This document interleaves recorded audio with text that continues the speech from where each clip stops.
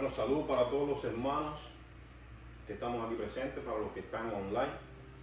Y estamos en la posición 92.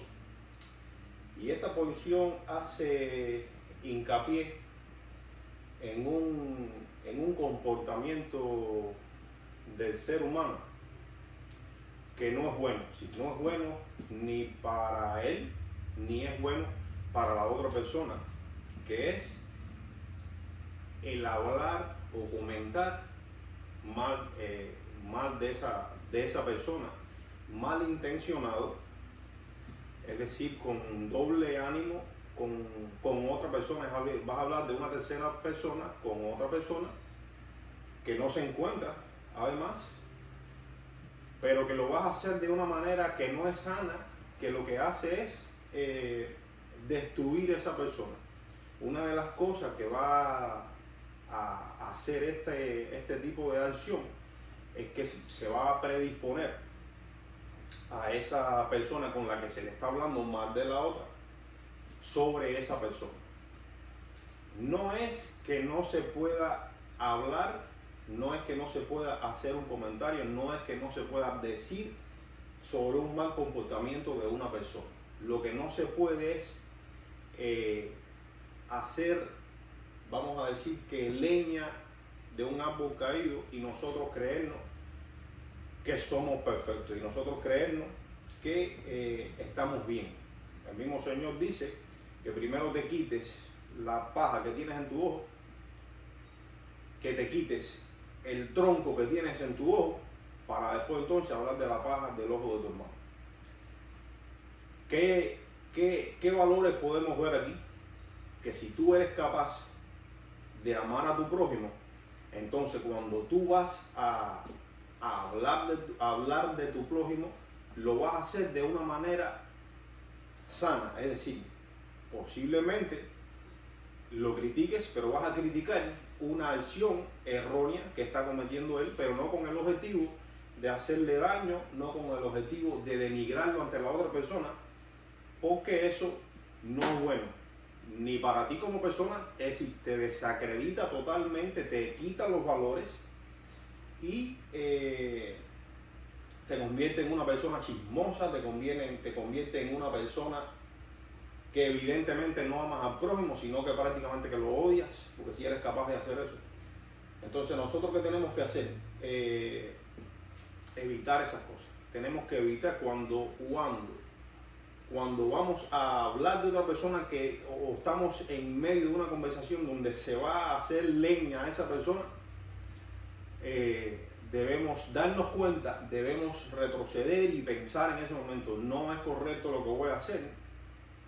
Inclusive hasta decirle a la otra persona: mira, no vamos a hablar de esa persona porque no es bueno. El objetivo es que esa persona, quizás que esté haciendo algo malo, deje de hacerlo, no destruirlo, porque nosotros no somos quienes para destruirlo, porque nosotros pudiéramos también en algún momento estar haciendo algo indebido, estar haciendo algo equivocado, y no nos gustaría que nos hicieran leña a nosotros. Entonces simplemente no hacerlo. Ahora, esto, ¿de qué forma, por qué nosotros sabemos hoy en día de que no podemos hablar que no debemos hacer esto que explicamos? Precisamente porque hay una ley de nuestro Dios, de nuestro Creador, que creó los cielos y la tierra y nos creó a nosotros, donde nos dice y nos enseña que esto no debemos hacerlo por todas las razones que explicamos anteriormente. ¿Por qué? Porque te vas a estar haciendo daño a tu prójimo, y segundo, vas a estar quedando tú mal delante de tu Creador, porque estás violando un principio del cual Él te dice: eso es bueno, eso es malo, no lo hagas. Entonces tú estás en ese momento violando, transgrediendo la ley. En este caso, la ley, ¿qué nos va a decir a nosotros en ese momento? ¿Cómo lo vamos a ver? Como una instrucción. Es decir, la ley te va a decir: no hables mal de tu prójimo, no lo hagas. ¿Por qué?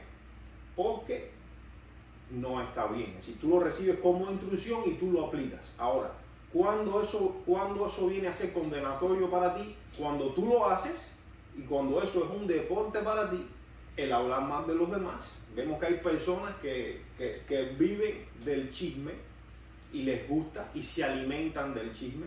Entonces, para esas personas, cuando leen esta ley que Dios les da, ¿qué es lo que va a suceder? Que esa ley los va a condenar. Quiere decir que para una persona esa ley va a ser de condenación y para la otra persona va a ser de instrucción. Cuando yo lo leo, ¿qué yo digo? Recuerdo en mi interior y digo, esto no lo puedo hacer. Esto no lo debo hacer por las razones que se explicaron. Me hago daño a mí mismo y le hago daño a mi prójimo. Entonces, para corroborar esto, vamos a ir a uno de los textos que aparece en la porción, que está en Santiago. En Santiago vamos a buscarlo, en Santiago 4, y vamos a leerlo. Dice Santiago 11 al 12. Vamos a leer, la porción nos enseña del 11 al 17, pero vamos a leer solo del 11 al 12. Dice, hermanos, no habléis mal unos de otros. El que habla mal del hermano o juzga a su hermano, habla mal de la ley. Punto claro. Habla mal de la ley y juzga la ley. Y si juzgas la ley, ya no eres hacedor de la ley, sino juez. Solo es el legislador, un solo juez y legislador, un solo legislador y juez, el que puede salvar y destruir. Pero tú, ¿quién eres? Que juzgas al prójimo. Y este pasaje está hermoso porque hoy en día vemos que existe una diferencia grande en las personas de fe, en las personas que han de la iglesia, que reciben al Señor Jesús, y las personas que son de fe también, que es el pueblo de Israel, en este caso de los judíos, que viven, que aman esa ley, pero que no han recibido todavía, no han recibido a Jesús como el Mesías. Y hay un punto clave aquí que crea una diferencia, es decir, que limita tanto a un bando como al otro, que es los judíos no aceptan a Jesús como el Mesías, y vamos a ver después, y los cristianos de hoy en día, a través del tiempo que ha pasado, de los siglos, a través de interpretaciones propias de los que dirigen, vamos a decir que leyes que se han formado dentro de su propia institución, como que han establecido y han creado doctrinas donde dividen, donde separan y dicen que ya la ley esa es obsoleta, que la ley es obsoleta, que ya vivimos bajo la gracia. Como vivimos bajo la gracia, entonces ya no estamos bajo el pacto, estamos bajo la gracia. Entonces, como estamos bajo la gracia, no vivimos como en el Antiguo Testamento, que es bajo la ley. Pero aquí hay un problema grave, porque si tú decides hacer eso como cristiano, que está muy bien, aceptaste a Jesús como el Mesías,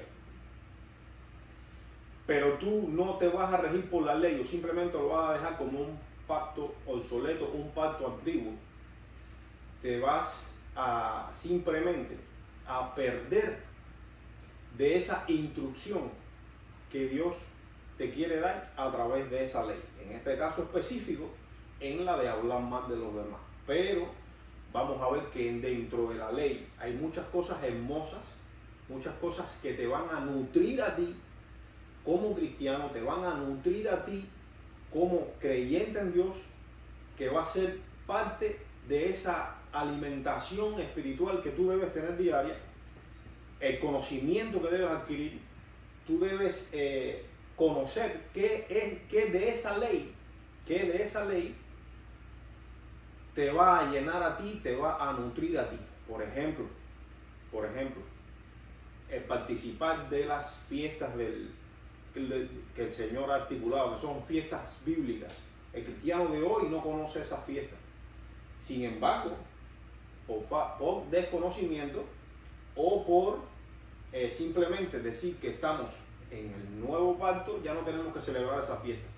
Pues simplemente nos están perdiendo de todas las bendiciones y enseñanzas que Dios incluye en el cumplimiento de cada fiesta de cada modín, y simplemente no lo disfrutan, y a la vez que no lo disfrutan van a dejar de nutrirse de esas enseñanzas que vienen ahí. ¿Entiendes? Entonces, sí, recibieron al Señor, reconocen, tienen fe en el Señor Jesucristo, pero van a estar carentes de ese alimento que Dios te da en esas leyes que Dios te da.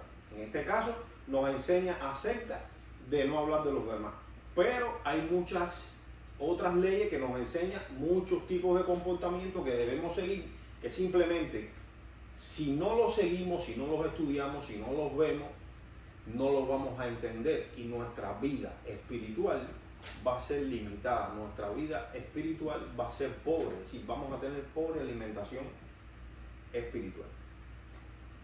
¿Cuál es mi recomendación? Y Dios permita que el pueblo de Israel que conoce la ley, conozca cuando reciba a la piedra, a la cabeza del ángulo, que es Jesús, van a entenderlo todo y van a poder disfrutar, van a poder entender todo y van a poder unir todo ese esqueleto, vamos a decir ese cuerpo de cosas, lo van a poder entender porque recibieron al Mesías y tienen ya la cabeza del ángulo, que es todo. Ahora, ¿qué le sucede a la iglesia? La iglesia tiene la cabeza del ángulo, pero tiene que recibir el cuerpo también, tiene que coger el cuerpo. ¿Qué cosa es el cuerpo? Todo lo que forma parte de eso. Y como bien sabemos, y hemos hablado en otras ocasiones, como bien sabemos, que lee y estudia la Biblia, sabe que el Señor no abrogó la ley, sino que vino a cumplirla. Y ahora, ¿por qué decimos, bueno, por qué decimos que el Señor vino a cumplir la ley? Porque la cumplió cabal y cabal. ¿Por qué la cumplió? Porque la dio. Él fue el que la dio. Y Él no se puede negar a sí mismo. Él le da la guía al ser humano de cómo vivir para agradar a Dios, y Él, siendo la imagen de Dios, el ser en Elohim de Dios, la imagen de Dios, Él va a cumplir la ley en la figura de Jesús. Él va a cumplir la ley para que todo aquel después que haga lo que Jesús hizo va a agradar al Padre. Pero si Jesús cumple la ley, ¿por qué los cristianos de hoy en día que creen en Jesús echan la ley a un lado? No es correcto. ¿Qué hizo Jesús? Cumplió la ley. Vamos a hacer lo que hizo Jesús. ¿Cómo vivió Jesús en el primer siglo? Vamos a hacer lo que hizo Jesús en el primer siglo. No tenemos cómo vivieron los apóstoles, los seguidores de Él, que todos eran judíos. Que todos eran judíos. ¿Qué debemos hacer? ¿Cómo vivieron? ¿Qué hicieron? ¿Acaso la iglesia de hoy hace algo que se parezca a eso? ¿Qué tiene que hacer la iglesia de Dios hoy? Volver atrás, aprender, estudiar, saber cuáles son los orígenes. No creerse, la iglesia de hoy, no creerse que esas cosas que pasaron ya son viejas, que todo esto es nuevo, porque lo que vas a hacer es que vas a estar botando la proteína y te vas a quedar solamente con lo que no alimenta, te vas a quedar solamente con emociones y con cosas, y las emociones deben estar sustentadas por un conocimiento atrás, deben estar sustentadas porque realmente conozcas a Dios a través de la palabra que Él te dio. Si tú no se estudia la palabra que Él te dio, si no volvemos el tiempo atrás, si no le dedicamos el tiempo en oración a Dios, si no buscamos en todo eso, ¿cómo tú vas a defender lo que tú crees?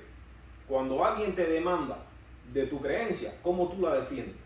Por eso cada día me into a mí mismo a no desmayar, a seguir estudiando, a seguir aprendiendo, a buscar y con la guía de Dios, con la guía del Espíritu Santo, que nos enseñe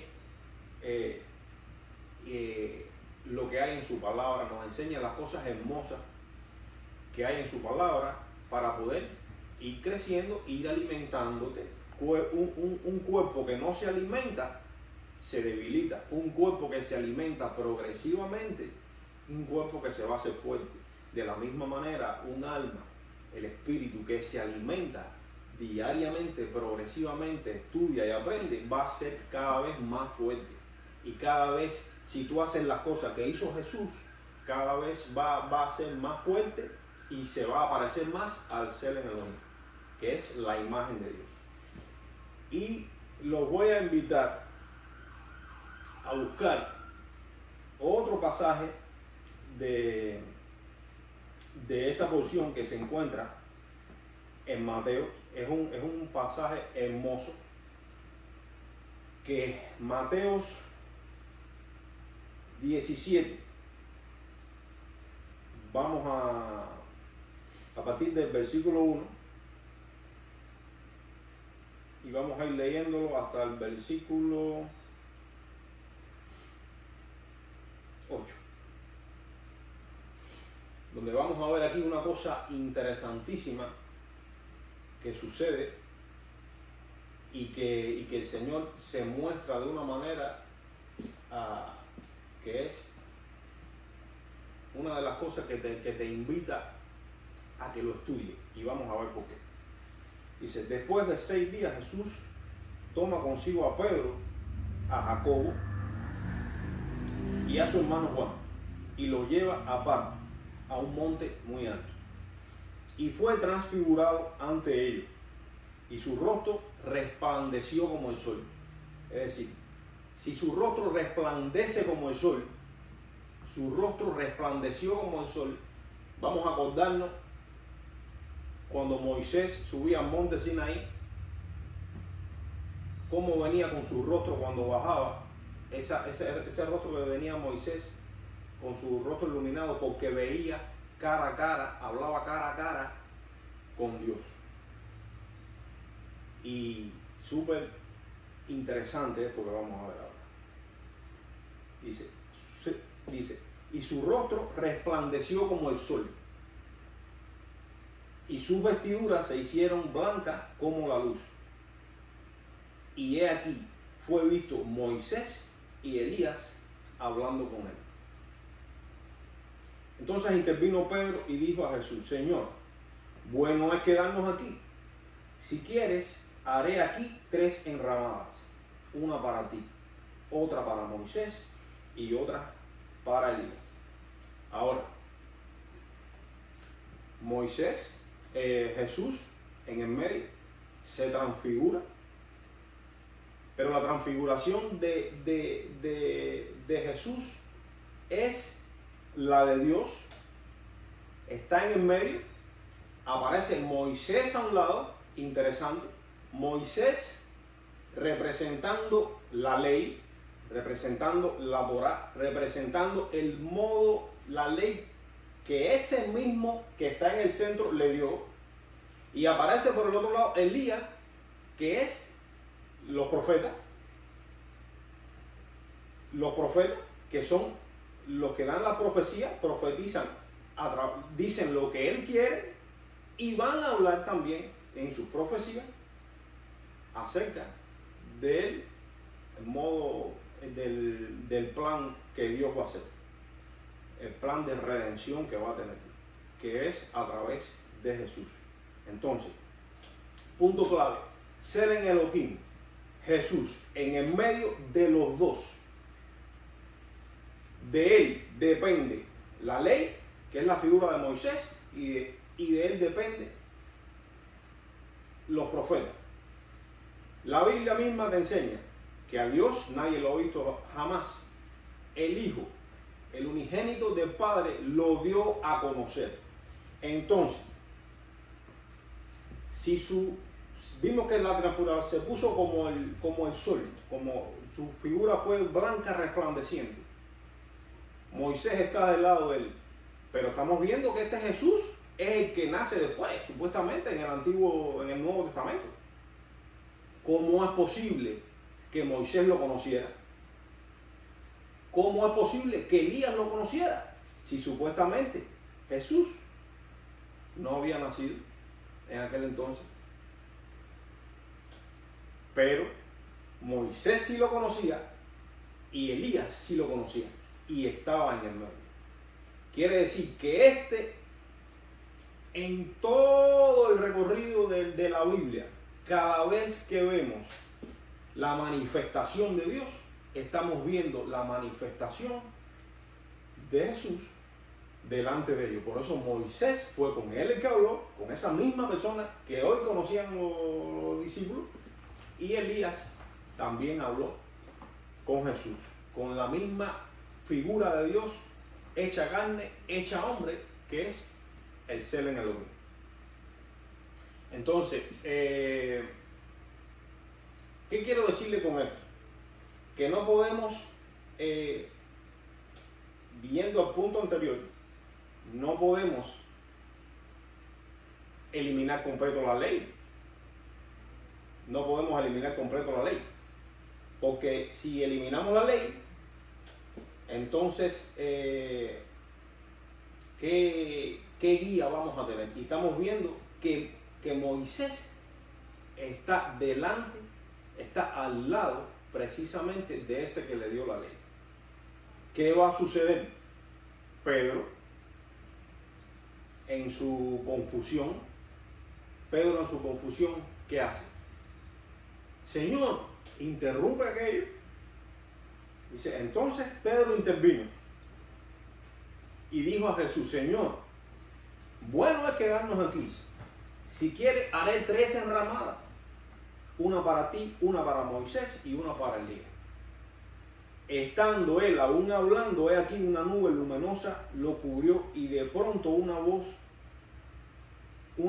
desde la nube diciendo, este es mi Hijo amado, en quien me complací, a él oí.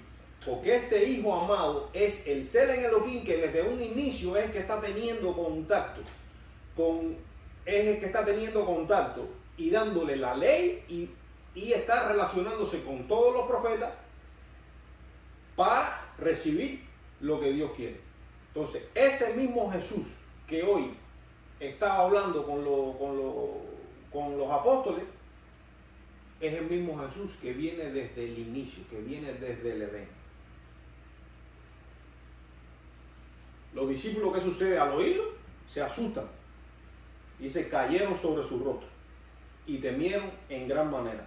Pero Jesús se acercó y tocándolos dijo, levantaos y no temáis. Y alzando sus ojos, a nadie vieron, sino al mismo Jesús, solo. Mientras ellos descendían del monte, Jesús les ordenó diciendo, a nadie digáis esta visión hasta que el Hijo del Hombre sea levantado de los muertos. El Señor tenía eso, les pidió que no contaran, porque por algo el Señor le habrá dicho que no lo cuenten, es decir, hasta que no se cumpliese, hasta que el Señor no entregara su vida y resucitara, hiciera todo eso. Los apóstoles después, Pedro y todos los demás, después que el Señor, que pasa todo el proceso de la muerte del Señor y la resurrección, es que se van a dar cuenta de todas estas cosas hermosas y van a poder unir todas estas cosas que hablamos y que hoy nosotros podemos entender. ¿Cómo podemos entender? A Dios gracias primeramente y después dándole el valor a cada una de las cosas que Dios ha dado.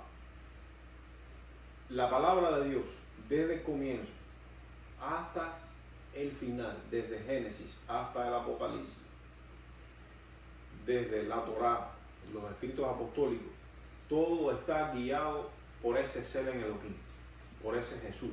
Vemos que Jesús está desde un principio enseñándole al hombre cómo debe ser, cómo debe de vivir, y también después no solo le dio la ley, sino que después Él, esa misma persona que conoció Moisés en el monte Sinaí, se hace carne para cumplir y enseñarle a la humanidad cómo es que se cumple esa ley.